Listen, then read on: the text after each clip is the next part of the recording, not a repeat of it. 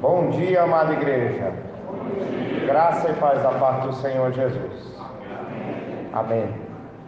Meus irmãos, espírito de gratidão ao nosso Deus, vamos ficar em pé e vamos levar os nossos pensamentos ao Senhor em oração, crendo que Ele é bom, sua misericórdia dura para sempre, e essa é a razão pela qual estamos aqui. Vamos orar. Senhor nosso Deus, louvado e glorificado seja o Teu nome, Senhor. Muito obrigado, Senhor, por nos congregar mais uma vez aqui. Como é bom, Senhor, estar na Tua presença.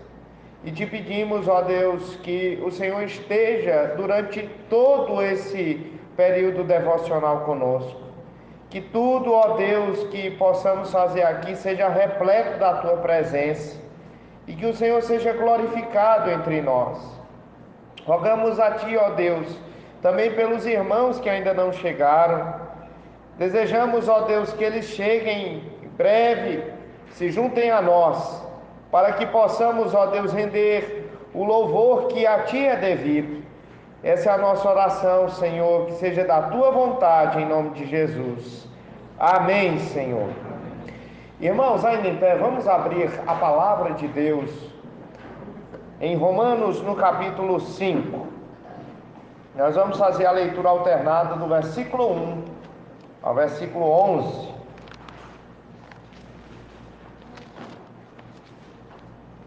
Romanos, capítulo 5, versículo 1 ao versículo 11.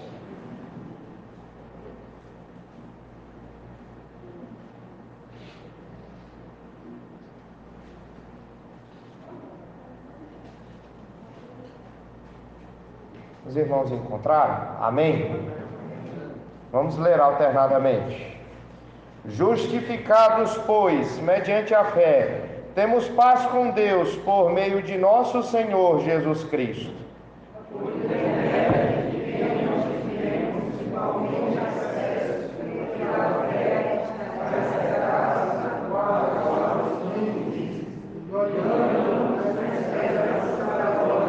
E não somente isto, mas também nos gloriamos nas próprias tribulações, sabendo que a tribulação produz perseverança. E a perseverança, experiência, e a experiência. Ora, a esperança não confunde, porque o amor de Deus é derramado em nosso coração pelo Espírito Santo que nos foi outorgado. Porque Cristo, quando nós ainda éramos fracos, morreu a seu tempo pelos ímpios. Dificilmente alguém morreria por um justo, pois poderá ser que pelo bom alguém se anime a morrer. Mas Deus prova o seu próprio amor para conosco, pelo qual Cristo morreu por nós, logo, muito mais agora, sendo justificados pelo seu sangue, seremos por ele salvos da ira.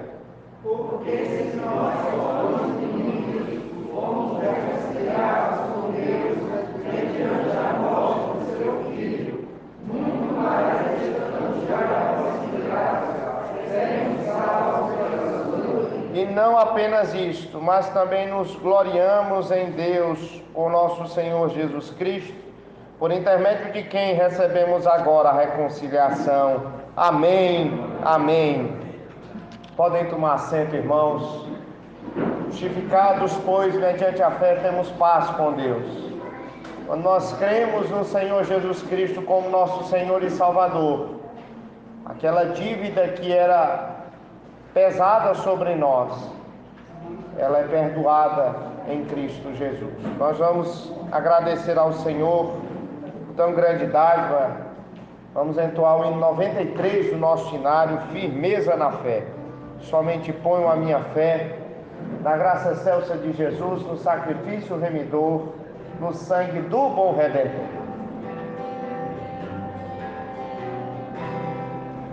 Somente ponho a minha fé na graça excelsa de Jesus, no sacrifício remidor, no sangue do bom Redentor. A minha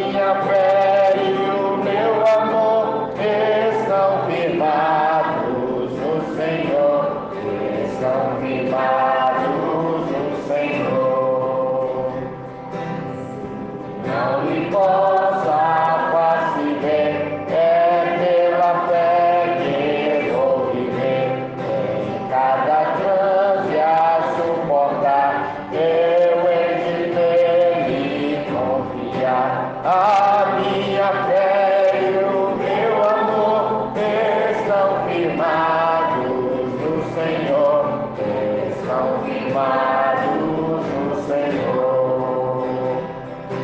Sua graça é muito real, abrigo traz no temporal, ao cercar minha tentação, me fortalece a sua mão.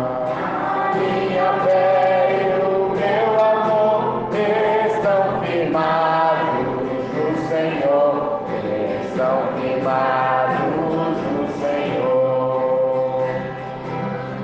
Trombeta ressoar, irei com ele me encontrar, e com os salvos cantarei, louvor eterno ao grande Rei. A minha fé e o meu amor estão firmados no Senhor, estão firmados no Senhor. Amém. Irmãos, vamos abrir novamente a palavra de Deus em Romanos 5. Nós vamos fazer a leitura do versículo 12 e 13 deste capítulo. Romanos 5, versículo 12 e 13. Por favor, irmãos, acompanhem silenciosamente a leitura que eu farei. Portanto, assim como por um só homem entrou o pecado no mundo, e pelo pecado a morte, assim também a morte passou a todos os homens, porque todos pecaram. Porque até o regime da lei havia pecado no mundo, mas o pecado não é levado em conta quando não há lei. Amém, amém. Meus irmãos, o texto que nós acabamos de ler afirma categoricamente que todos nós somos pecadores. E porque somos pecadores, temos transgredido a lei de Deus. E somos por isso passivos de condenação. Nós vamos nesse momento pedir ao Senhor perdão pelos nossos pecados. Nós queremos nesse momento convidar o nosso irmão presbítero Luiz Carlos para que eleve sua voz ao Senhor e peça o perdão dos nossos pecados. Oremos. Senhor Deus, eterno Pai, obrigado, Senhor, por nos trazermos aqui para a tua casa de oração, para adorarmos o teu nome. Obrigado, Pai. Obrigado, Senhor, pela salvação em Cristo Jesus, Pai. Eu em Cristo morreu na cruz para nos libertar, para pagar os nossos pecados. Obrigado, Senhor. E agora, Pai, agradecidos, pedimos perdão, Senhor. O Senhor nos perdoe, Pai, os nossos pecados, as nossas transgressões, e fazendo que a oração, Senhor. O Senhor nos perdoe, Pai. Tenha compaixão de nós. Em nome do Senhor Jesus, nós te agradecemos. Amém, amém. Irmãos, é porque estamos condenados por nós mesmos que nós carecemos de Cristo Jesus. Nós precisamos de um Salvador que haja em nosso favor. E por isso nós vamos cantar agora o hino Careço de Jesus, Dependência, hino de número 120. Vamos cantar. Careço de Jesus, Meu Salvador, somente a tua voz tem para me dar. Desde, Senhor, careço do teu amparo sempre, ó, dá-me tua bênção. Aspiro a ti, careço de Jesus, unido a ti, Senhor. Pecado e tentação não mais serão de dor. De ti, Senhor, careço do teu amparo sempre, ó, dá-me tua bênção, aspiro a ti. Careço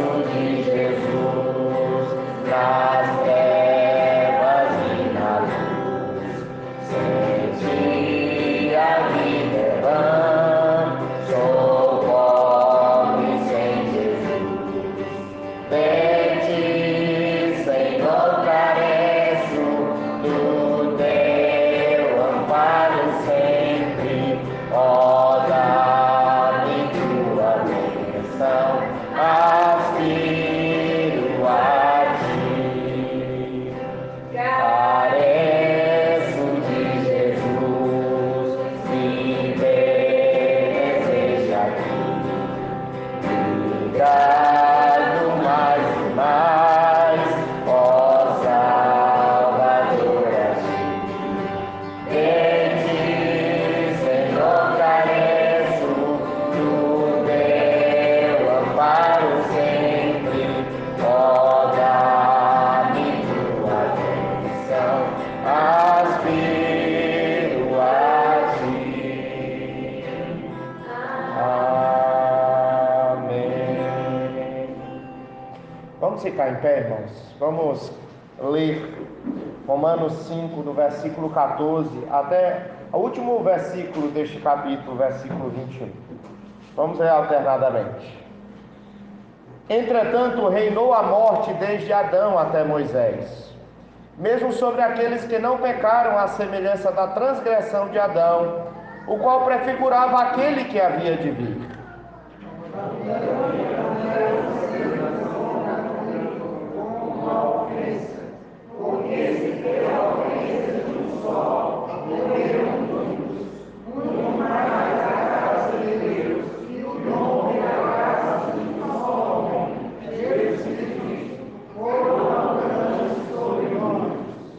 O dom, entretanto, não é como no caso em que somente um pecou, porque o julgamento derivou de uma só ofensa para a condenação. Mas a graça transcorre de muitas ofensas para a justificação.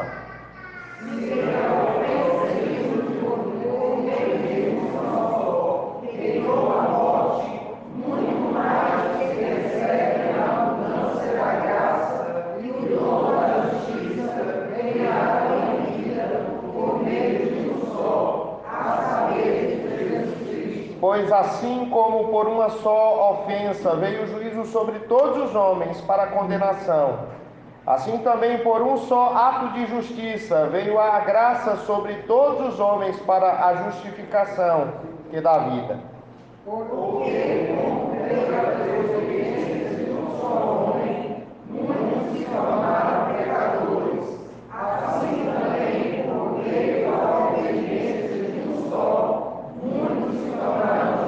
Sobreveio a lei para que avultasse a ofensa, mas onde abundou o pecado, superabundou a graça.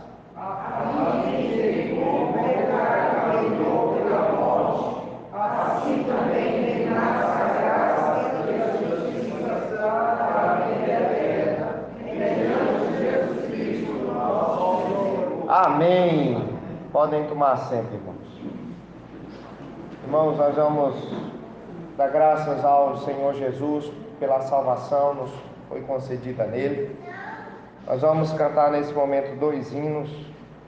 Nós vamos cantar o hino Salvador Maravilhoso e depois o hino Perante o Trono.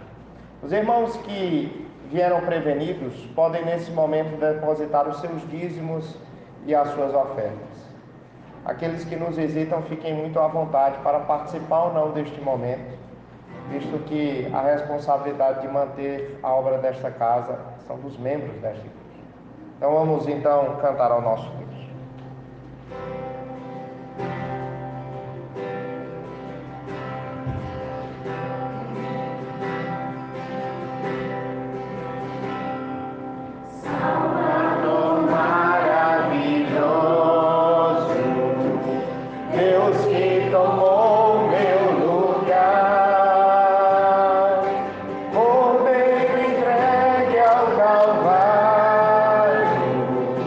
Morto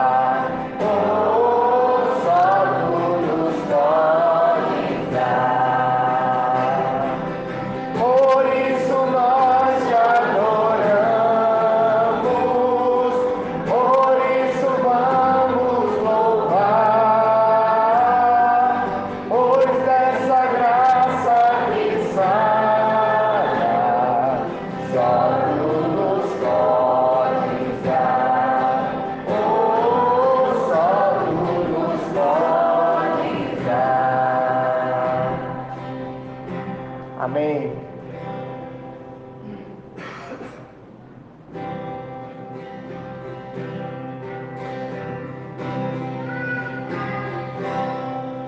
Perante o trono do alto céu, vem um forte defensor, um sacerdote em amor, a bela eterno pelo céu. Meu nome marca as suas mãos, escrito está em seu coração, e quando é certo o seu favor, eu estarei com meu Senhor, eu estarei com meu Senhor. Quando me lembra o pecador, minha culpa e meu pecar, elevo os olhos ao Senhor, e pôs um fim ao meu pesar. Sempre inocente ele morreu, tomando assim a minha vez, de Deus a ira satisfez. Olhando a cruz me perdoou, olhando a cruz me perdoou. Pelo amado e eterno Deus, perfeito e justo reviveu, em graça, glória e louvor, o imutável canto eu sou. Preço de sangue ele pagou, para elevar ao pecador, ao santo trono do alto céu. A Cristo Deus me redentor, a Cristo Deus me preço de sangue ele pagou, para elevar ao pecador, ao santo trono do alto céu. A Cristo Deus me redentor, a Cristo Deus me redentor. Amém. Quero convidar a irmã Carmelita nesse momento para fazer a chamada de oficiais e professores.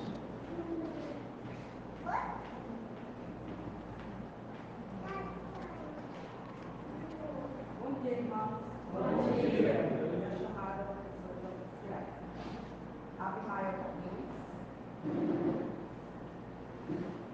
Aldo Cavalcante.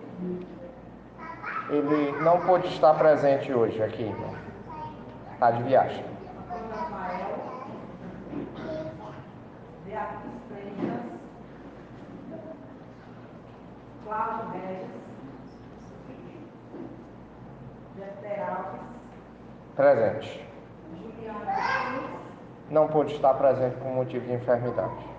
Juscelino Lopes. Presente. Luiz Carlos. Presente. Mariana Michele. Rafael Nunes. Tereza Cristina. Presente. Edilene.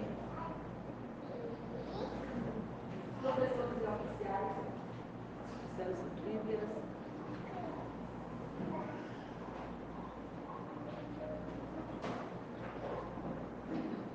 Os jovens. E professor Trivias.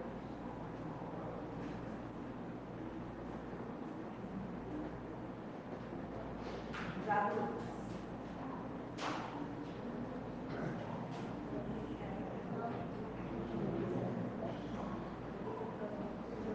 Obrigada. Quero convidar as crianças para que venham à frente, para que nós possamos orar pela vida delas e assim podemos dirigir até a sua sala.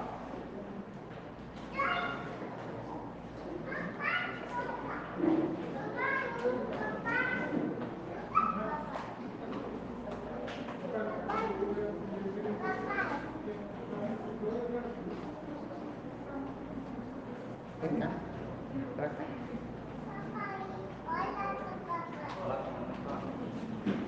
Vamos orar, meus irmãos? Vamos orar. Bendito Deus, nós queremos louvar o Teu nome pela vida dessas crianças que mais uma vez o Senhor conduziu até este aprisco, para que pudessem, ó Deus, receber do alimento espiritual. Cuida dessas Tuas ovelhinhas, Senhor, que elas possam, desde muito cedo em suas vidas, conhecerem a Cristo e amarem a Cristo como seu Senhor e Salvador. Essa é a oração que fazemos, que seja da Tua vontade, em nome de Jesus. Amém, Senhor. Amém. Deus abençoe. Pode passar.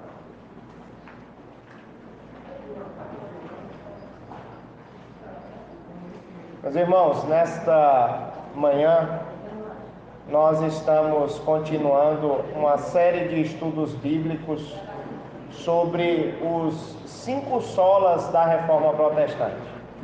Esses são os 5 lemas da Reforma Protestante que nos diferenciam, por exemplo, da Igreja Católica Romana. Então nós começamos no primeiro domingo deste mês falando sobre o sola Escritura, ou seja, somente a Escritura. No segundo domingo nós falamos solus Christus, ou seja, somente Cristo. No domingo passado, irmãos, nós tratamos, aliás, é esse domingo, né? No domingo passado nós tratamos de que sola? No domingo passado foi do sola gratia, foi o irmão Wesley que tratou do sola gratia. E esse domingo nós vamos falar do sola fide, ou seja, somente a fé, com o nosso irmão Kelvin. Ele é o responsável por isso. E o último domingo, no próximo domingo, vai voltar para mim a responsabilidade de trazer o estudo. Eu vou falar sobre o soli deo gloria, somente a glória a Deus. Como é que a gente vive para a glória de Deus? Então, no próximo domingo, nós vamos tratar sobre esse assunto tão importante. Kelvin, que Deus muito te use, te abençoe. Você vai falar daqui ou vai falar daqui? Pronto, pois então você vai ter que usar aquele microfone, tá? Deus o abençoe.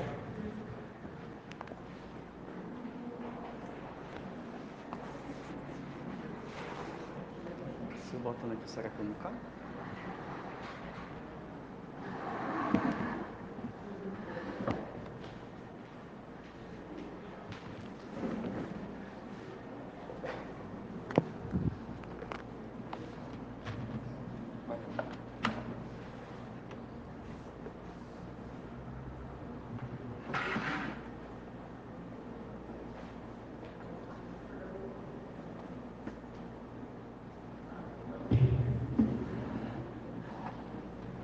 Irmãos, bom dia, graças e paz a todos.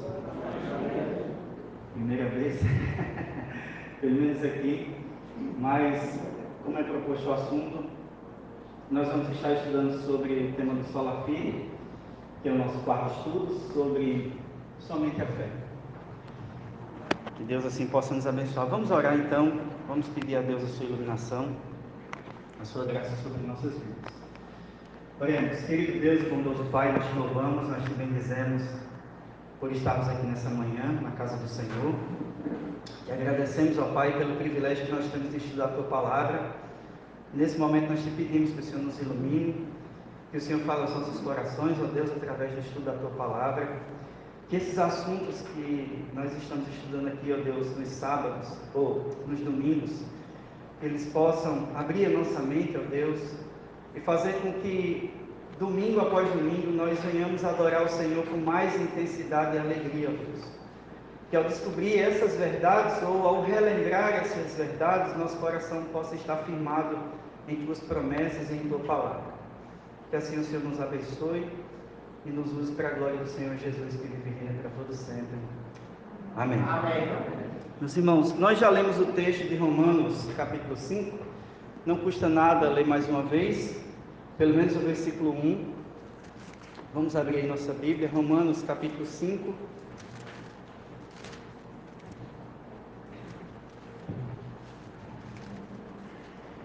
Versículo de número 1, que diz: justificados mediante a fé, temos paz com Deus por meio de nosso Senhor Jesus Cristo. Na nossa aula hoje, como dissemos no início, nós vamos falar sobre o sola fide ou somente a fé. E nós trataremos basicamente de 4 coisas e por fim, trazendo uma aplicação, nós vamos ver em primeiro lugar o que é sola fide, depois qual é a posição da Igreja Católica em relação à questão da justificação, né? Lembrando que para a Igreja Católica não existe sola fide, tá? Para nós existe sola fide, para eles não, mas eles têm uma posição em relação à doutrina da justificação, que é o tema do sola fide. Depois nós veremos o ensino bíblico reformado sobre a doutrina da justificação e por fim algumas aplicações do nosso estudo. Então, qual é o objetivo da nossa aula nessa manhã? Nos ajudar a compreender que a nossa salvação ela depende de Deus e que a doutrina da justificação por meio da fé é um artigo da nossa fé que é da mais alta importância e que nós devemos sempre dar atenção a isso. Lutero dizia que essa é a doutrina pela qual a igreja fica de pé ou ela cai. Talvez seja um pouco exagerada a maneira como ele usa, como ele aborda isso, mas de certo modo faz um sentido, né? E por fim, enfatizar a postura bíblica reformada contra as heresias do catolicismo romano, bem como assim de outras vertentes, se der para a gente falar na aula. Então, irmãos, o que é sola fide? Sola fide é o ensino bíblico reformado de que o pecador ele é justificado diante de Deus pela graça por meio da fé somente em Jesus. Um detalhe importante da gente saber é que a nossa justificação ela é pela graça de Deus, mas ela é recebida somente pela fé no Senhor Jesus Cristo, que morreu em nosso lugar.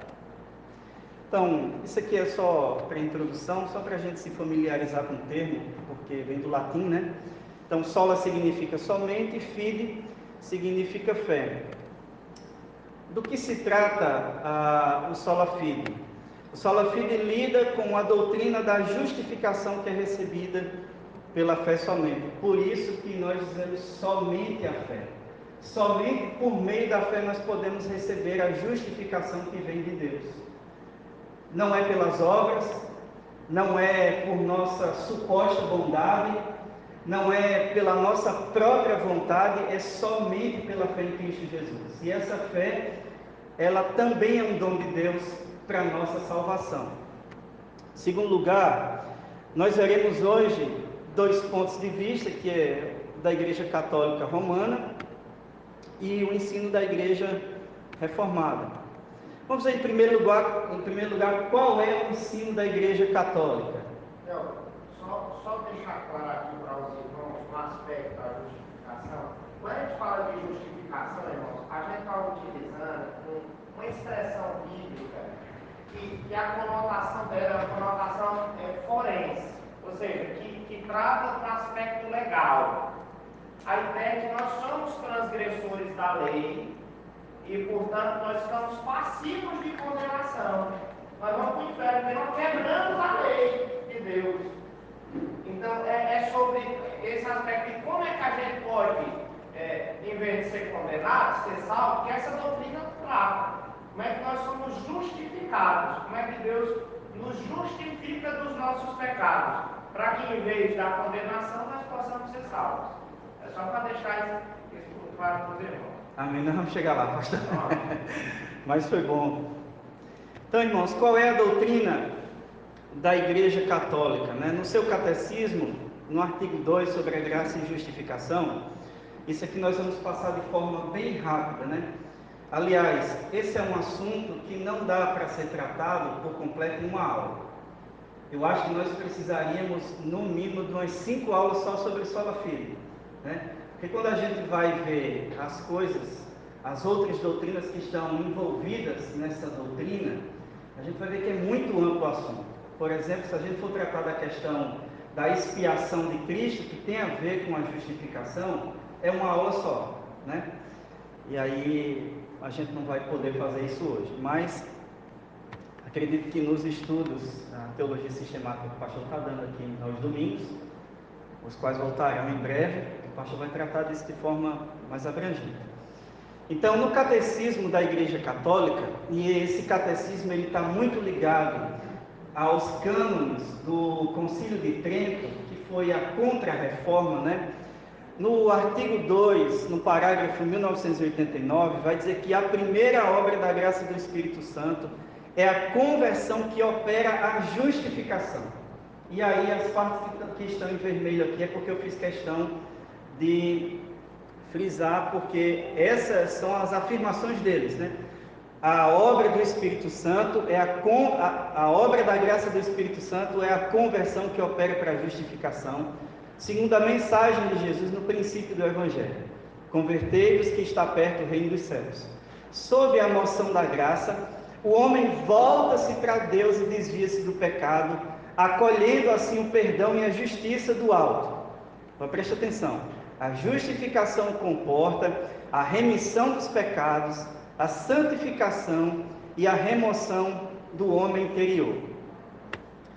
Segundo, com a justificação, a justificação desliga o homem do pecado, que está em contradição com o amor de Deus, e purifica-lhe o coração. A justificação continua a iniciativa da misericórdia de Deus, que oferece o perdão. Reconcilia o homem com Deus, liberta-o da escravidão do pecado e cura-o. Com a justificação são difundidas nos nossos corações a fé, a esperança e a caridade, e é-nos concedida a obediência à vontade divina.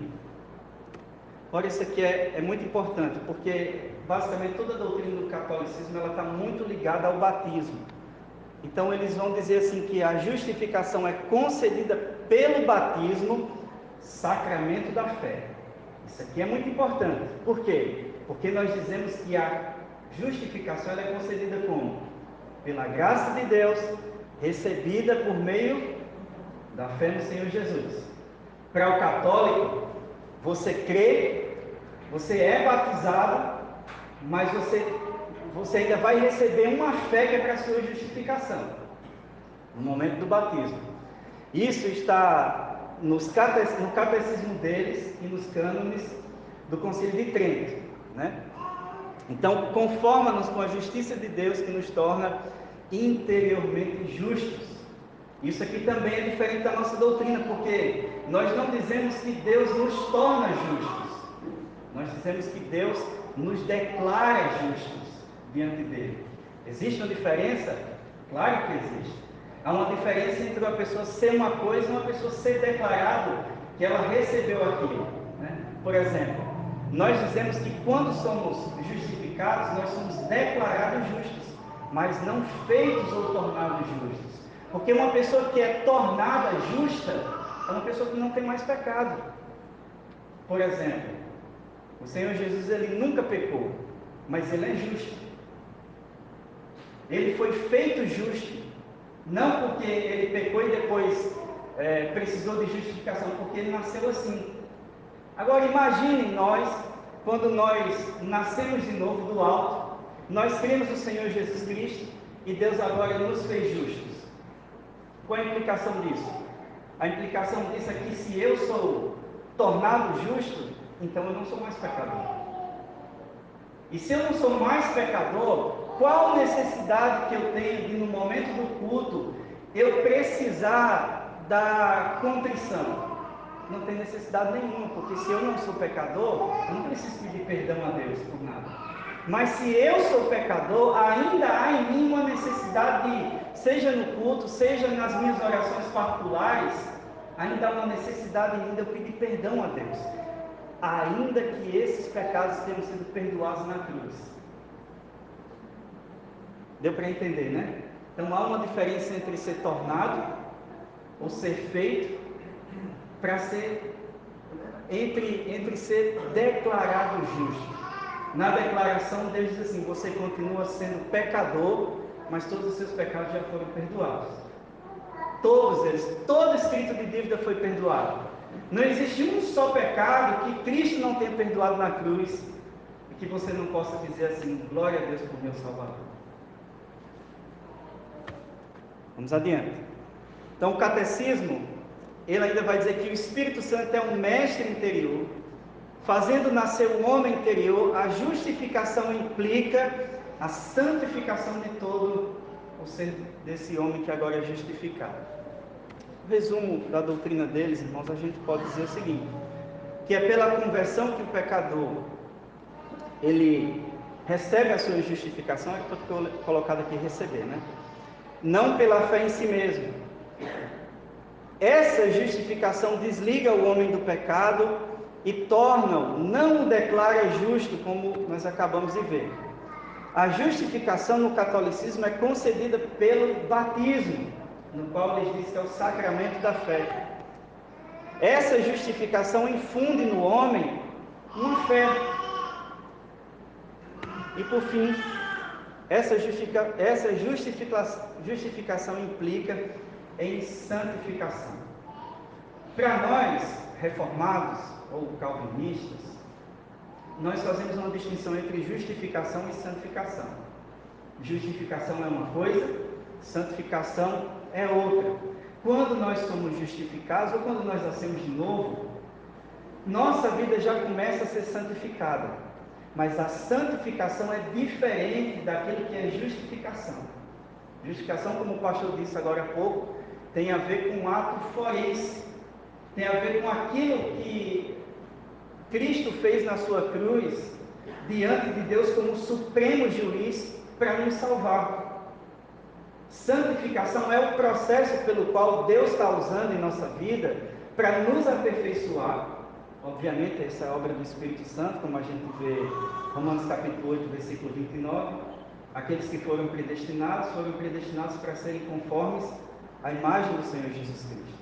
Se você olhar um pouquinho antes do capítulo, o texto vai dizer que aqueles que são da carne não podem agradar a Deus, mas aqueles que estão no Espírito, eles estão dia após dia sendo santificados. Inclusive, um meio de Deus nos santificar também nesse processo é aquele que Paulo vai dizer que não existe nada que seja tão grande. Vamos abrir Romanos capítulo 8, versículo 18.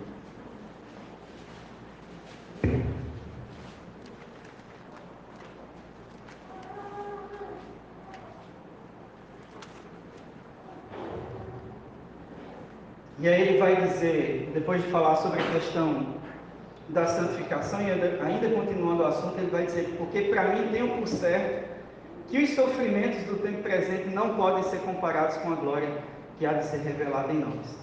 Então, as próprias tribulações, elas servem para nos santificar. Deus usa isso como meio de nos aperfeiçoar nos seus caminhos. Para a Igreja Católica, santificação está ligada à justificação. Por quê? Porque para a doutrina católica, justificação é uma coisa que está acontecendo o tempo todo. Você está sempre se justificando diante de Deus, seja por meio das obras, seja por meio da graça, qual eles falam nos seus catecismos. O justificado está em processo de justificação e santificação ao mesmo tempo. É o contrário do que nós dizemos. Nós dizemos que a justificação ela é um ato único, mas a santificação é um ato contínuo na nossa vida. Deus está sempre nos santificando, enquanto Deus já nos justificou em Cristo. Aí a gente observa que eles, diante de tudo isso, ninguém vê o católico querer se converter do pecado. Pergunta católico, ele já sou católico. Não, para ele não tem uma diferença. Se é justo, se não é justo, vive no pecado, na dívida, na prostituição. Por quê? Porque ele não ensinava. Ele não falava com Deus. As verdades. Também para o católico, tudo é muito fácil, né? Por exemplo, carnaval. Todo mundo pula o carnaval. Na quarta-feira, eu já fui católico, então eu já passei por isso. Na quarta-feira você vai lá na quarta-feira de cinzas, o padre joga um negocinho na sua testa, está tudo bem, está absolvido.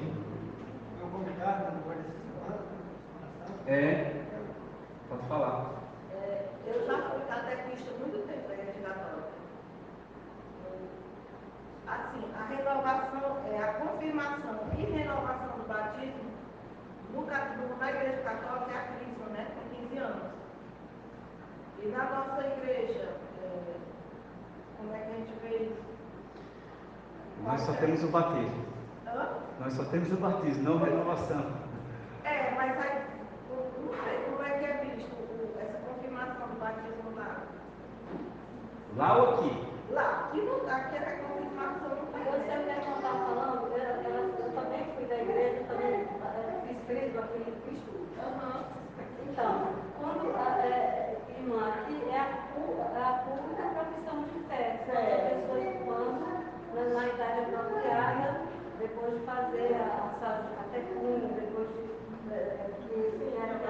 então, essa é o que a irmã está dizendo que seria uma confirmação. Ela ia ser batizada, mas quando ela chega na idade adulta, ela vai à frente, o pastor faz todas aquelas perguntas e ela confirma diante da igreja a sua fé, através respondendo aquelas perguntas e a igreja confirmando com um amém. É isso mesmo. Porque no meu caso, a confirmação, né, pastor? Você foi batizado e professou a fé ao mesmo tempo. Tá. No caso de crianças, como elas. São apresentadas. As crianças elas são apresentadas pelos pais ao batismo. Sim, é isso que eu E quando elas têm idade própria, aí elas professam a fé em Cristo. Elas não são rebatizadas. Elas apenas confirmam a fé dos seus pais. Aquilo que os seus pais haviam prometido diante de Deus, educá-las na doutrina, né? Isso aí está respondido. Graças a Deus que a igreja está sabida. Então, irmãos, o ensino da Igreja Católica é que a justificação, ela é pela fé, contudo, mais as obras, né? Eles não vão negar que essa justificação é pela fé. O que eles negam é que não é pela fé somente.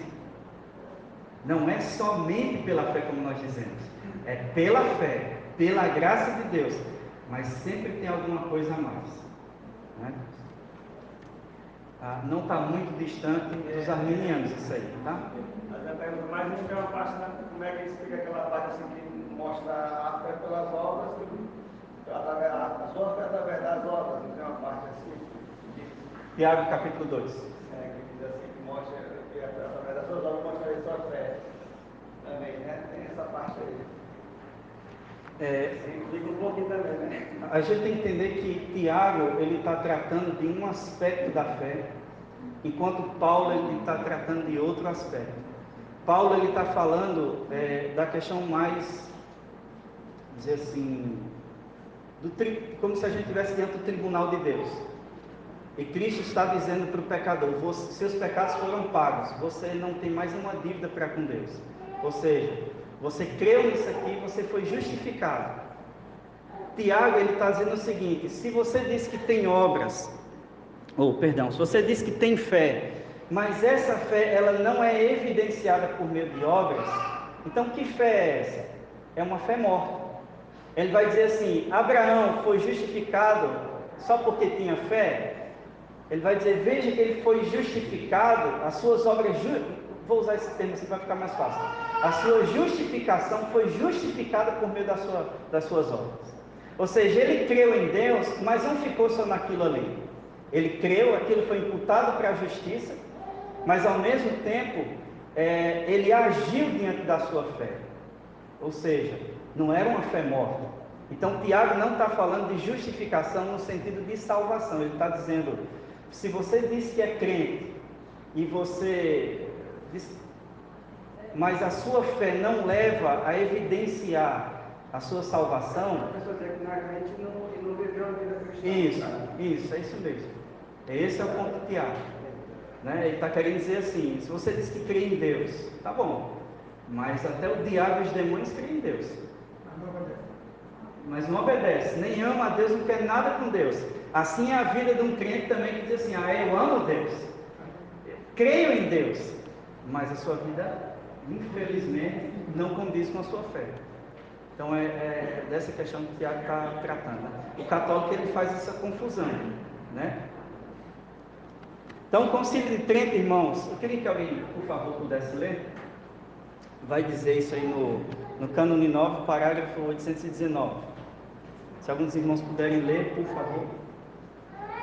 Se alguém disser que o ímpio é justificado somente pela fé, entendendo que nada mais se exige como cooperação para conseguir a graça da justificação, e que não é necessário por parte alguma que ele se prepare e disponha pela ação da sua vontade, seja excomungado. Pesado, né? Ou seja, se você que é presbiteriano diz assim, a justificação é só pela fé, o que é que o Papa vai lhe dizer? Que seja excomungado, porque a Bíblia vai dizer outra coisa. Isso para eles, né? Para nós é claro o texto, nós somos justificados somente pela fé, independente das obras. Independente das obras. Abraão foi justificado como? Paulo vai dizer no capítulo 4. Pela fé ou pelas suas obras?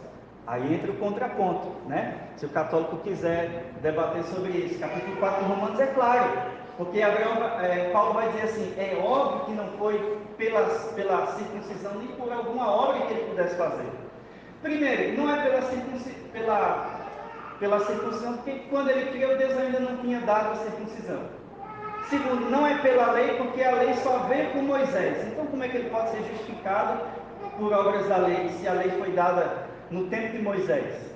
Então, não pode ser nem por circuncisão. No nosso caso, vamos atualizar, não pode ser pelo batismo e também não pode ser por alguma coisa que a gente venha fazer, a qual a gente possa dizer assim, eu fiz isso, então eu mereço. A Bíblia é clara em dizer, é somente pela graça, e isso é recebido pela fé no Senhor Jesus Cristo. É gratuito, você não paga nada por isso, é gratuito, é de graça, está disponível. Mas aí tem um detalhe, a gente quer sempre ter alguma coisa para dizer assim, Deus, eu sei que é de graça, mas eu quero fazer alguma coisa para receber isso aí.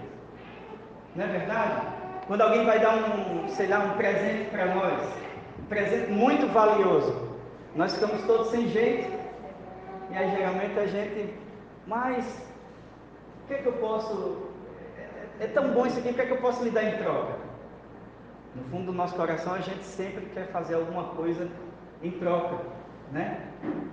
Para merecer aquilo. Diante de Deus, ninguém é digno de nada, nem da graça, nem da justificação, nem do sangue derramado.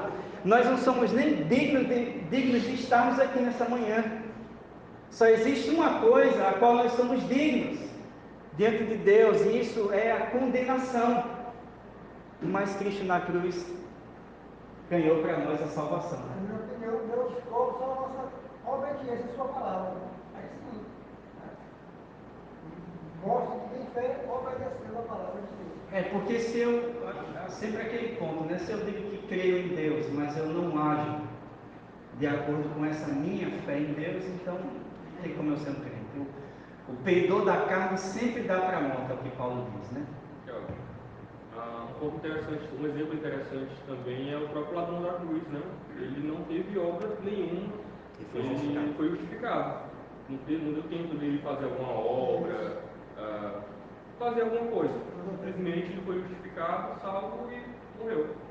Então, mais um ponto para a gente entender que não é por obras, é simplesmente pela justificação de Cristo na cruz.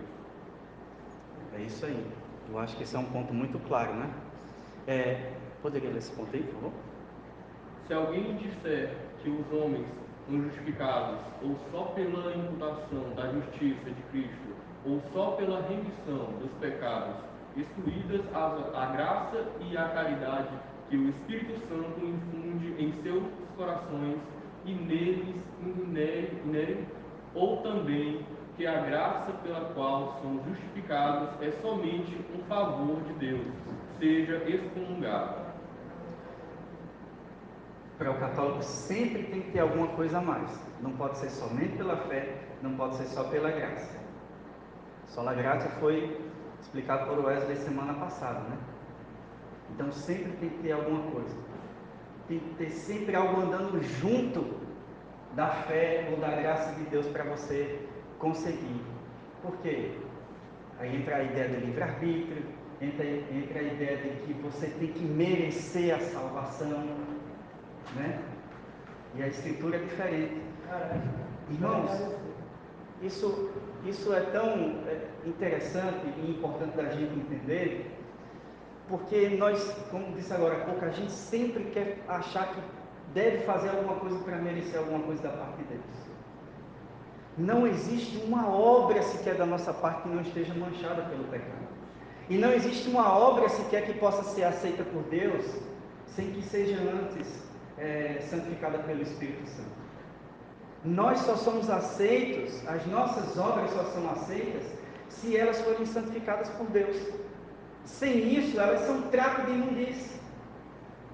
Ainda nos cânones do Concílio de Trento, eles vão dizer isso. Se eu disser que minhas obras não podem alcançar isso ou aquilo, que seja excomungado. Enfim, depois os irmãos podem procurar em casa o Concílio de Trento, no site Veritas da Igreja Católica ou outros sites, eles têm isso aí.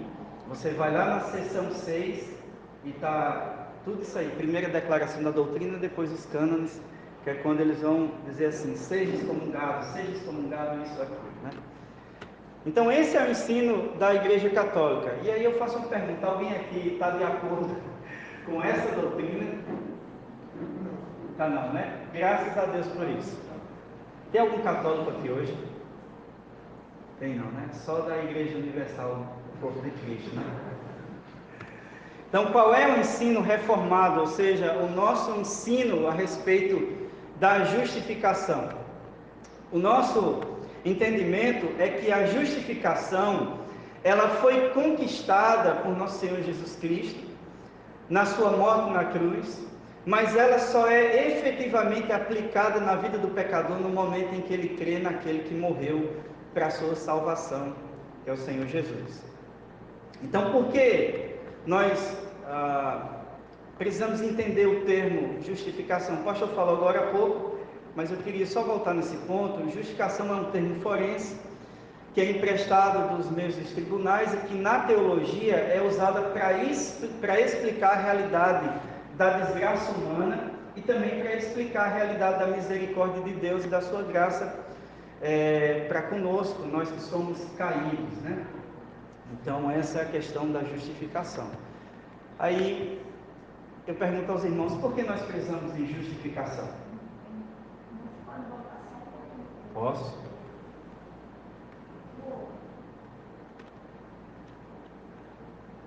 Aqui? Tá bom. Quer que leia de novo? Não, pode continuar, porque o prazo foi bem rápido, eu consegui terminar de ler, né? Tá bom. Irmãos, está rápido. Estou sendo rápido demais. Eu estou tentando, assim, cumprir o cronograma aqui dos slides, tá? Por isso eu estou caminhando um pouquinho mais. Mas, por que nós precisamos de justificação? E aí, por que nós precisamos de justificação? Por que você precisa ser declarado justo diante de Deus? Porque é pecador? Por que mais, irmãos?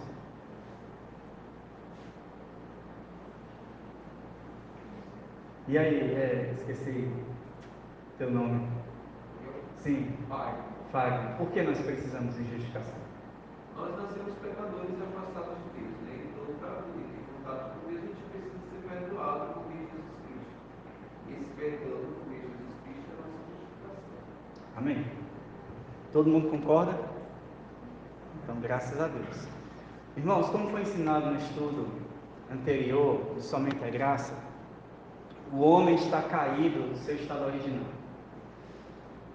Por causa disso, agora existe um abismo entre Deus e o ser humano. Um abismo que ele não consegue resolver. Um abismo que, diante dele e de Deus, diz assim para ele: você está condenado, por isso que você não pode se achegar a seu Salvador por si mesmo. Então, portanto, o ser humano encontra-se não apenas caído, mas culpado e condenado diante de Deus. Nós não, né? Nós já estamos, graças a Deus, cremos e nós estamos justificados. Amém? Amém. Ninguém tem dúvida disso, né? Se você tiver dúvida, você está sendo um católico também, porque o católico vai dizer que isso aqui pode ser perdido. Tá? Fique firme na sua fé, meu irmão. Então o ser humano, ele está caído, ele é culpado e condenado diante de Deus, porque ele não está em conformidade com a lei do Senhor. Como é que Deus criou Adão? Abra sua Bíblia aí, em Eclesiastes, capítulo 7, versículo 29.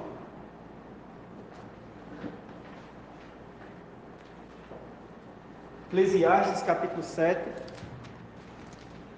versículo 29.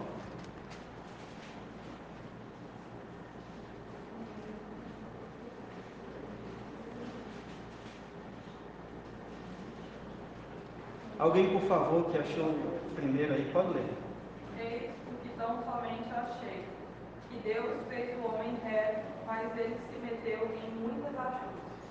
Deus fez o homem como? Reto, com retidão, com santidade, sem nenhum pecado. Nós não podemos dizer assim, Deus fez o homem com pecado, por isso ele foi lá e pecou. Só concretizou aquilo que já estava dentro dele. Não, Deus criou o homem e o fez muito bom, cheio de retidão. Ele vivia em comunhão com Deus, em paz com Deus. Mas esse homem que vivia em paz com Deus, em comunhão com Deus, um dia ele resolveu desobedecer a Deus. Toda desobediência tem suas consequências. O texto de Gênesis capítulo 2, versículos 16 e 17, Deus apresentando o pacto das obras, vai dizer, olha, é isso aqui que você tem que fazer. Você nunca pode comer da árvore, do fruto da árvore do conhecimento do bem e do mal. Porque no dia que você comer, o que é que vai acontecer? Você vai morrer. Então, Gênesis capítulo 3 começa dizendo que aparece uma serpente no jardim do Éden, ela é mais sagaz do que todos os animais, ela engana a mulher, ela faz com que a mulher olhe para aquela árvore, olhe para aquele fruto da árvore, do conhecimento do bem e do mal, e aquele fruto é desejoso ao coração dela, os olhos dela começam a brilhar para com aquele fruto, e de repente ela pega, come, e não parece que Adão está muito longe não. Parece que Adão está bem pertinho, está só vendo a desgraça. E como alguém que também estava muito desejoso por aquele fruto, há muito tempo, ele só faz pegar do fruto e comer também. E aí toda a desgraça entra no mundo, porque a partir de então, os olhos deles se fecham para Deus, mas se abrem para o pecado. A partir de então, o coração deles está fechado para Deus, mas está aberto para as coisas do diabo. Eles se escondem entre as árvores, porque estavam nus, fazem roupas para si com aquelas folhas ali, e Deus de repente aparece em cena e diz, Adão, onde tu estás? E Adão aparece e diz assim, eu tive medo, porque eu estava nu. E Deus diz, quem te fez saber que você estava nu? Ou seja, como é que você está com medo de mim agora? E por que você está com vergonha de si mesmo? Mas foi, olha Senhor, é o seguinte, Deus ainda diz assim, né? Por acaso você comeu daquele fruto que eu disse que você não comesse? A primeira coisa que Adão faz é, não, a mulher que o Senhor me deu, ela foi que me deu, eu comi. Joga pro outro. Aí a mulher, não, foi a serpente, e a serpente não tinha quem culpar, ficou por aquilo mesmo. Ficou por aquilo mesmo. Para Deus, todo mundo está culpado. A serpente, a mulher e o homem. E aí, por causa da sua desobediência, toda a criação está amaldiçoada. Cardos e adrogas. Eu sempre gosto de pensar uma coisa. Nós, antes de vir para cá, a gente morava numa cidade chamada Jardim do Seridó, lá no Rio Grande do Norte. E lá tem muito, na nossa região tem muito disso, chique-chique, eu não sei aqui é chamado de chique-chique também? Chique-chique, cardo, essas coisas todas. Como é o nome daquele negócio? É chique-chique mesmo, não é o grandão, que é cheio de espinho. E lá tem... por esse nome eu já não conheço. Essas plantas no meio do mato que tem espinho, né? Esses espinhos grandes. Mandacaru, né? Que nasce o frutinho e tal. E, de vez em quando a gente ia caminhar assim, durante a tardinha com Manuela, E a gente encontrava um negócio daquele e de vez em quando vinha na minha mente, meu Deus, sempre o texto está nos levando para isso aqui. Cardos e abrolhos, um sinal da maldição de Deus sobre o mundo. Espinhos, tudo agora é mais dolorido, tudo agora é espinhento para o ser humano. Ele não tem mais paz com Deus, ele está longe do Senhor. Cardos e abrolhos, né? Está lá um negócio bom, tem gente até tem pessoas que até fazem doce com aquele negócio, né? Se você tiver... Deve ser bom, né? Ou não? Mas enfim, irmãos, é por causa do pecado que entra a nossa pergunta aqui. Por que precisamos de justificação? Porque o ser humano está caído. Porque não existe mais paz entre ele e Deus. Quando você olha para Romanos capítulo 5, versículo 1, que diz, agora nós temos paz com Deus. Quando você olha para 1 João capítulo 2, acho que versículo 1 João capítulo 3, versículo 2. E João vai dizer assim, agora nós somos filhos de Deus. Não vem à sua mente o entendimento de que esse agora é porque antes desse agora nós estávamos longe de Deus? De que antes desse agora, o que existia entre nós e Deus era rebelião para com o nosso Criador? Então veja, nós precisamos de justificação, ou aqueles que ainda estão perdidos precisam, porque eles estão distantes de Deus. Porque sem Deus no mundo, eles não têm aliança com Deus. E se eles não têm aliança, eles não são filhos de Deus. Abra sua Bíblia aí no Evangelho de João. Capítulo 1.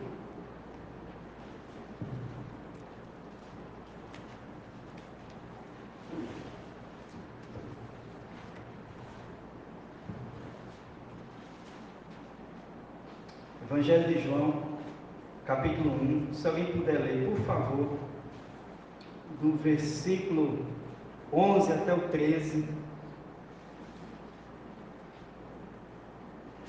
Veio para o que era seu e os seus não receberam.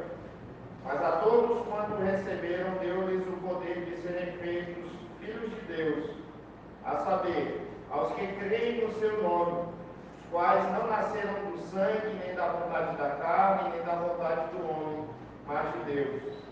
Agora vamos lá para 1 João, capítulo 3.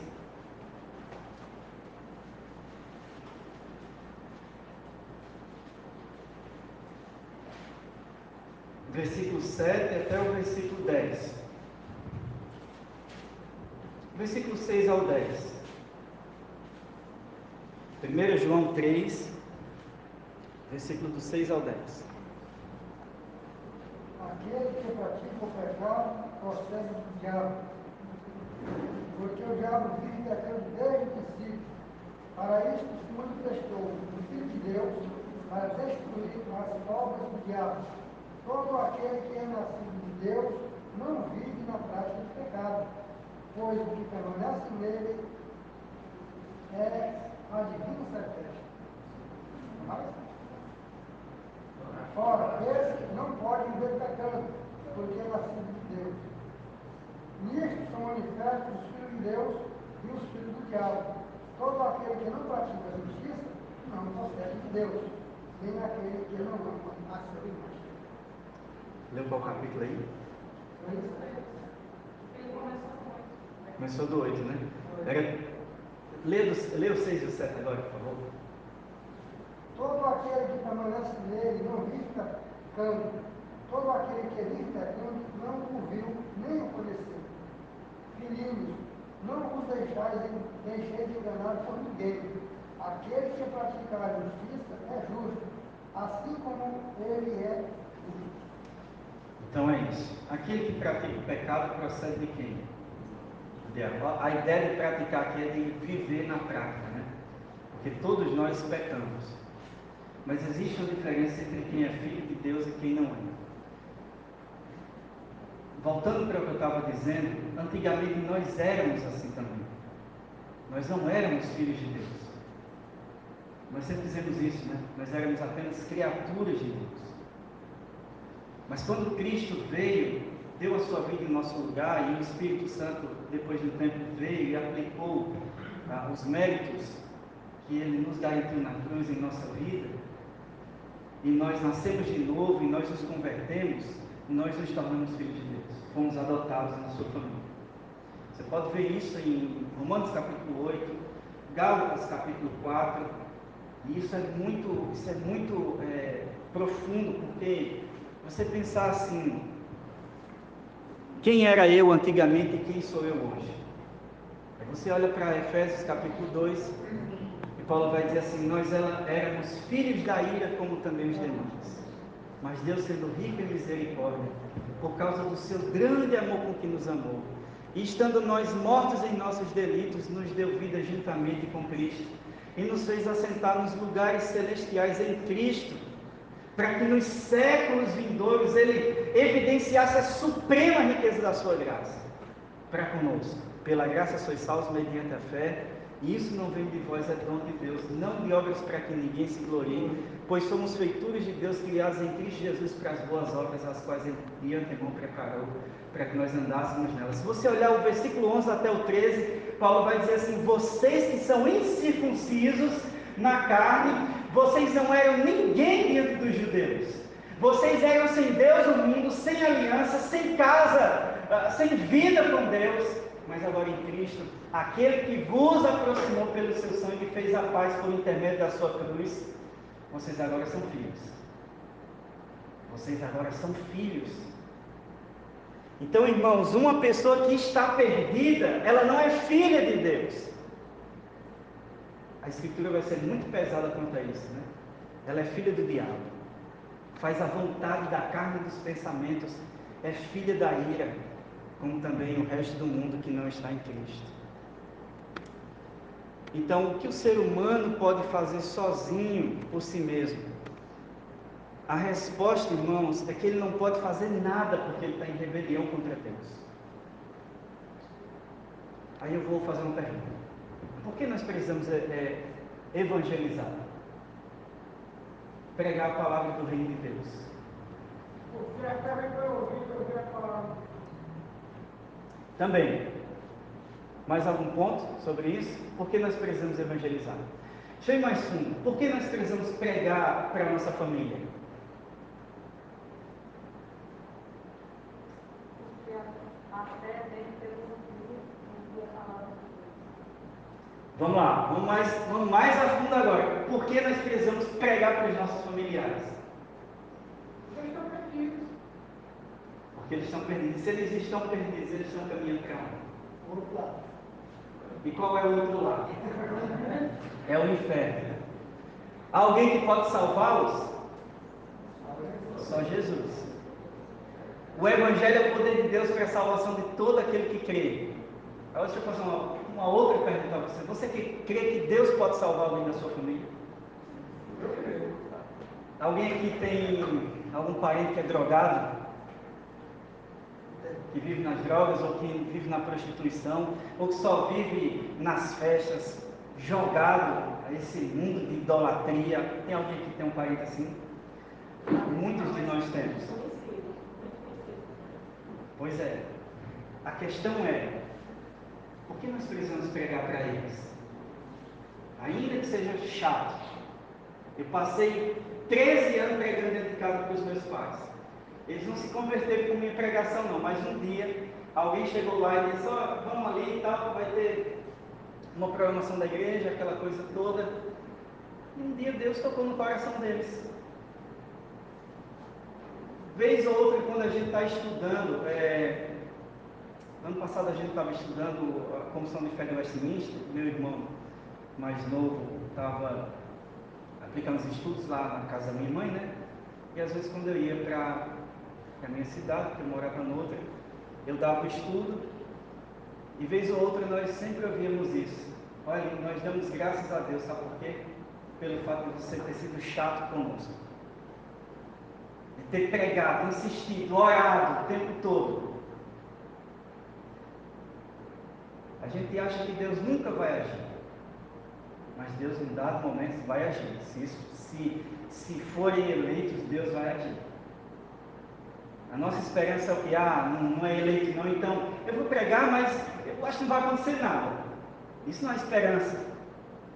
A nossa esperança tem que ser, eu vou pregar, ainda que eles não sejam eleitos, eu vou pregar. Mas se eles forem eleitos, eu tenho a certeza que Deus vai salvá-los, seja por minha pregação ou pela pregação de outra pessoa. Uma hora Deus vai salvar. Eu vejo aqui outra coisa, tem às vezes gente que prega, gosta bastante de pregar, de distribuir, tá? Não é evangelismo. Mas às vezes a própria pessoa não é evangelizada. Porque se eu vou falar de Deus com uma pessoa, eu tenho que viver a palavra. Tem que ser o exemplo. Não é? Porque Jesus chamou de ímpio, aquilo que diz uma coisa que não faz. E às vezes muitos familiares não ganham o próximo de casa, porque ele mesmo deu o nome de evangelho, mas não é um verdadeiro cristão. E às vezes ele até com poucas palavras, mas com uma vida doutrinada em Jesus Cristo, os cristãos trabalham nisso, familiares, os cristãos, e convertem. Eu tenho uma sobrinha aqui que infelizmente ela está sofrendo muito agora, como eu falei aqui no passado, por causa de uma gravidez que ela teve, de risco. Graças a Deus a criança está se recuperando, ela também, mas está trilhando para uma doutrina pagã, né? Mas sempre tem a oportunidade de dar glórias a Deus e para evitar ela dar a gratidão e glória aos deuses pagãos que elas têm, evidentemente, dizendo que serve. Mas eu, como servo de Deus, e como minha parenta, quero que ela saia desse caminho para que essa criança não vá seguir a mesma ideia que ela tem. Pois é. Há sempre esperança, né? Se a gente olhar, fizer assim, dar uma olhada em nós mesmos, a gente vai chegar a essa conclusão: há sempre esperança. Quem somos nós diante de Deus? Eu não bebo, eu nunca fumei, eu não fui para a festa, eu não fiz isso ou aquilo. Mas um pecado que a gente acha mínimo, a santidade de Deus vai dizer assim: teu pecado te condena. Então não pode existir entre mim e você comunhão, a menos que Cristo intervenha. Irmãos, eu vou dar uma adiantada porque já são 10h16 e esse é o meu problema. Às vezes eu estou dando aula e eu acabo falando demais, né? Então, para que o homem pudesse ser justificado por sua própria vontade, ele teria que fazer isso aqui. Ele não consegue fazer. Viver uma vida sem pecado como Jesus viveu, ser capaz de cumprir toda a lei, e ele não consegue fazer isso. Ele está perdido, como nós um dia estávamos. Então, o que Deus fez para nos salvar? A nossa... vou passar isso aqui, tá? O que é que Deus fez para nos salvar? Nossa confissão de fé de Westminster, no capítulo 8, de Cristo mediador, vai dizer o seguinte: alguns irmãos poderiam ler? Aprovou a Deus. Aprove a Deus. Seu eterno propósito. Escolheu e ordenar o Senhor Jesus, seu Filho unigênito, para ser um mediador entre Deus e o homem, o profeta, sacerdote e rei, o cabeça e o salvador de sua igreja, o herdeiro de todas as coisas e o juízo do mundo, e deu-lhe desde toda a eternidade um corpo para a sua semente, e para, no tempo devido, ser por ele temido, chamado, justificado, santificado e glorificado. No capítulo 11, nós lemos o seguinte: Cristo, pela sua obediência e morte, pagou plenamente a dívida de todos os que são justificados, e em lugar deles fez a seu Pai uma satisfação própria, real e plena. Cumpriu a lei, satisfação. Contudo, como Cristo foi pelo Pai dado em favor deles, e como a obediência e satisfação dele foram aceitas em lugar deles, ambas livremente, não por qualquer coisa neles existente. Isso aqui é um combate à doutrina católica, né? A fim de que tanto a justiça restrita quanto a abundante graça de Deus sejam glorificadas na justificação dos pecadores. Então, o que foi que aconteceu? Deus nos enviou Jesus para ser o nosso mediador, para que a gente pudesse ser justificado. Teve que acontecer aquilo que Lutero chamava de uma doce troca. O que seria isso, uma doce troca, né? Bem rapidinho. Essa troca é o seguinte: Cristo, ele se coloca como nosso representante legal, cumpre toda a lei, torna-se nosso perfeito salvador, uma vez que a gente não pode cumprir a lei de Deus. Tiago vai dizer o quê? Se eu pecar, se eu tropeçar em um só ponto da lei, tropecei em todos. Existe uma harmonia na lei. Então Cristo, ele se torna o nosso representante diante de Deus, cumpre a lei e se torna o nosso perfeito salvador. Ele voluntariamente toma o nosso lugar na cruz, por isso é uma doce troca, e é doce porque é voluntária da parte dele. Ele não disse assim: esse povo aí não merece, então eu não quero ir, Pai. Ele disse: eu vou porque eu os amo. Então é uma doce troca. Ele fez-se maldição no nosso lugar. Na cruz ele paga a nossa dívida para com Deus e garante a imputação da sua justiça em nós. E essa justiça é imputada quando nós cremos. O texto vai dizer: Abraão creu, isso lhe foi imputado para a justiça. Nós também cremos e isso nos é imputado para a justiça, né? Então, sola fide tem a ver com isso. Como a gente falou no início, é o ensino de que a justificação nos foi conquistada por Cristo na cruz, mas ela nos é dada quando nós cremos. Vou passar isso aqui, tá? Que aí a gente já entendeu essa parte. Então, irmãos, essa questão da troca ela é importante, porque nós só podemos ser declarados justos se alguém tiver se colocado no meio entre nós e Deus e ter conseguido pagar os nossos pecados. A Bíblia diz que Cristo ele vai para a cruz, lá é o tribunal de Deus. Quando Cristo está sendo julgado por causa dos nossos pecados, ele está ali como nosso representante diante de Deus, e sendo nosso representante, ele toma para si toda a nossa condenação. Lembra do texto de Isaías, né? Ele tomou sobre si as nossas iniquidades. O texto de 2 Coríntios capítulo 5, 21, ele fez pecado por nós, né? E tantos outros textos vão falar disso. Ele tomou o nosso lugar, o justo pelos injustos. E quando ele faz isso, ele paga a nossa dívida. Eu queria que você abrisse agora em Colossenses capítulo 2.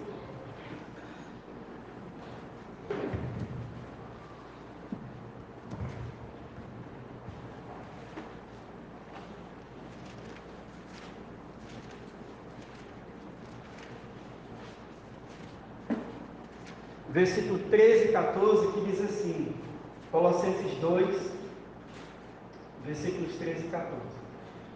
E a vós outros que estáveis mortos pelas vossas transgressões e pela incircuncisão da vossa carne, vos deu vida juntamente com ele, perdoando quantos delitos? Todos os nossos delitos, tendo cancelado o escrito de dívida, que era contra nós e que constava de ordenanças, o qual nos era prejudicial, e ele removeu inteiramente. Inteiramente. Onde? Na cruz. E despojando os principados e potestades, publicamente os expôs ao desprezo, triunfando deles na cruz.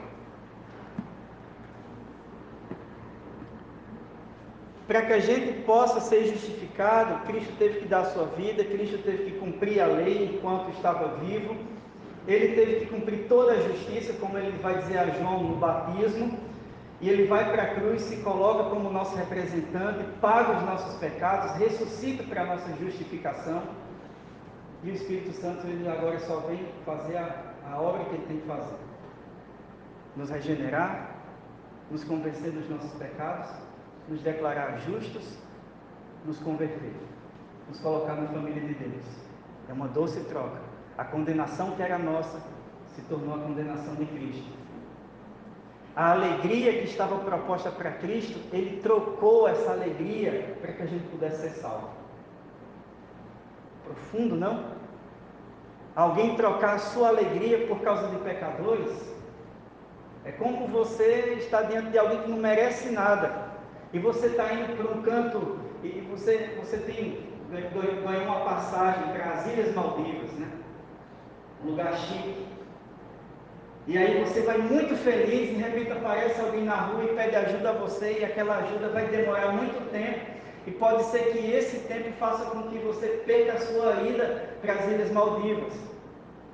E de repente aquela pessoa, você ou aquela pessoa diz assim, não, eu prefiro ajudar essa pessoa aqui, fazer por ela o que ela não pode fazer por si mesma, do que cumprir assim a minha felicidade. O texto de Hebreus vai dizer que Cristo trocou a sua alegria eterna para poder nos salvar. Quem somos nós para Cristo fazer isso? Olhe para si mesmo, faça o que Paulo diz em 2 Coríntios capítulo 5, versículo 5, examine-se a si mesmo. Irmãos, algumas aplicações para nós. Porque essa doutrina, então, ela ainda é importante, e ela sempre será importante. Eu penso que, dentre tantas coisas que a gente poderia falar, essa doutrina é importante porque ela faz lembrar tantas coisas a respeito da nossa salvação. E ela faz com que a gente diga assim, só a Deus é a glória, como a gente vai ver na próxima semana, no estudo do Sólido Glória.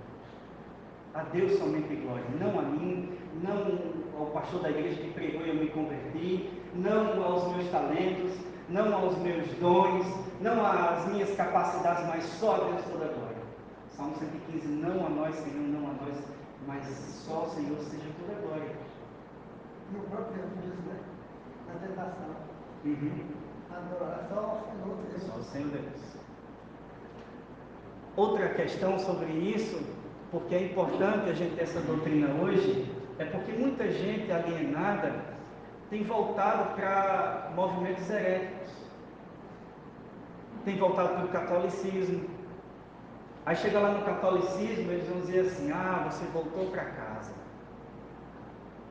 Vou dizer uma coisa a você, negar tudo isso é negar a obra de Cristo.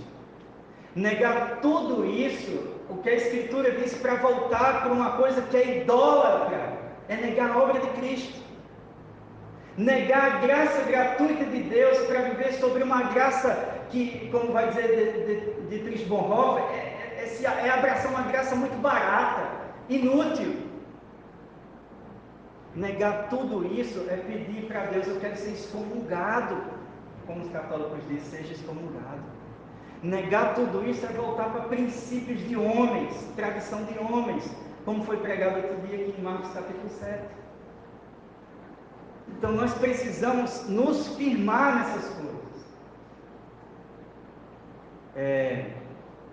Há um ponto na nossa confissão de fé sobre a certeza da salvação e santificação também, que vai dizer que nós podemos até, vez ou outra, sentirmos assim como que não estivesse salvo. Mas quem é que vai garantir que nós estamos salvos? Quem é que vai nos convencer da nossa salvação? É o Espírito de Deus. Agora, se nós não temos, nós também não somos de Deus. Nós voltaremos para o catolicismo, nós voltaremos para o neopentecostalismo, nós voltaremos para as heresias desse mundo, nós voltaremos para esse mundo quando não se tem firmeza, quando sua vida não está firmada naquilo que é sólido. A parábola do Senhor Jesus Cristo, terminando o Sermão do Monte, se a sua vida não está firmada naquilo que é sólido, ela está firmada naquilo que é frágil, e aí você cai facilmente.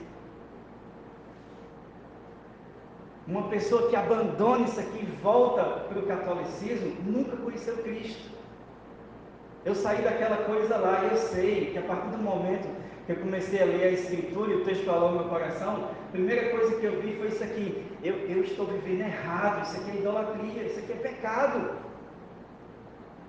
Então por isso é importante a gente se firmar, seja nos 5 solas, seja nos nossos 5 pontos calvinistas, ter firmeza na nossa fé. Por fim, irmãos, essa doutrina faz com que a gente pense mais sobre a graça de Deus. E aí eu faço essa pergunta: como ela pode ampliar a nossa visão sobre a pessoa do nosso bendito Salvador Jesus? Segundo, como essa doutrina afeta nossa adoração a Cristo, estando nós em comunhão ou nos nossos cultos particulares a Deus? E por fim, considere o grande amor de Deus, a oferta voluntária e persistente do Senhor Jesus na cruz, e a obra do Senhor Espírito Santo em nós, e a nossa indignidade diante da Trindade Santa. Pensa nisso. Quando você vier hoje à noite para o culto, pense no que nós estudamos, na graça de Deus, no amor de Deus por você. Diga: Deus, me faça enxergar nesse culto o quanto Cristo é grande para mim. Então isso é um pouco da doutrina do Sola Fide. Há tantas coisas que a gente poderia falar, mas o tempo é cruel, né? Não deixe. Que assim Deus nos abençoe, irmãos. Espero que eu possa ter contribuído na vida dos irmãos.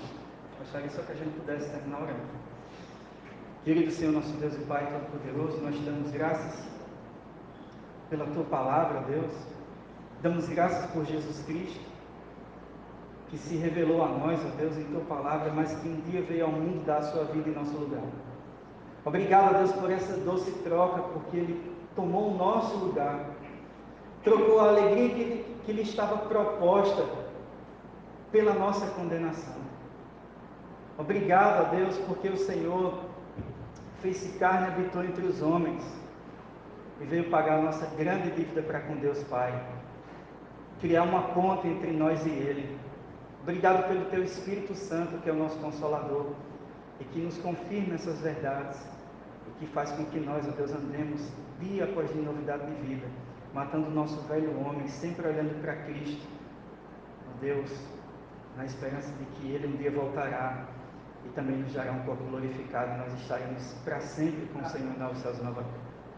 A Ti seja toda a glória, todo o louvor e toda a honra. Em nome de Jesus oramos. Amém. Amém. Amém.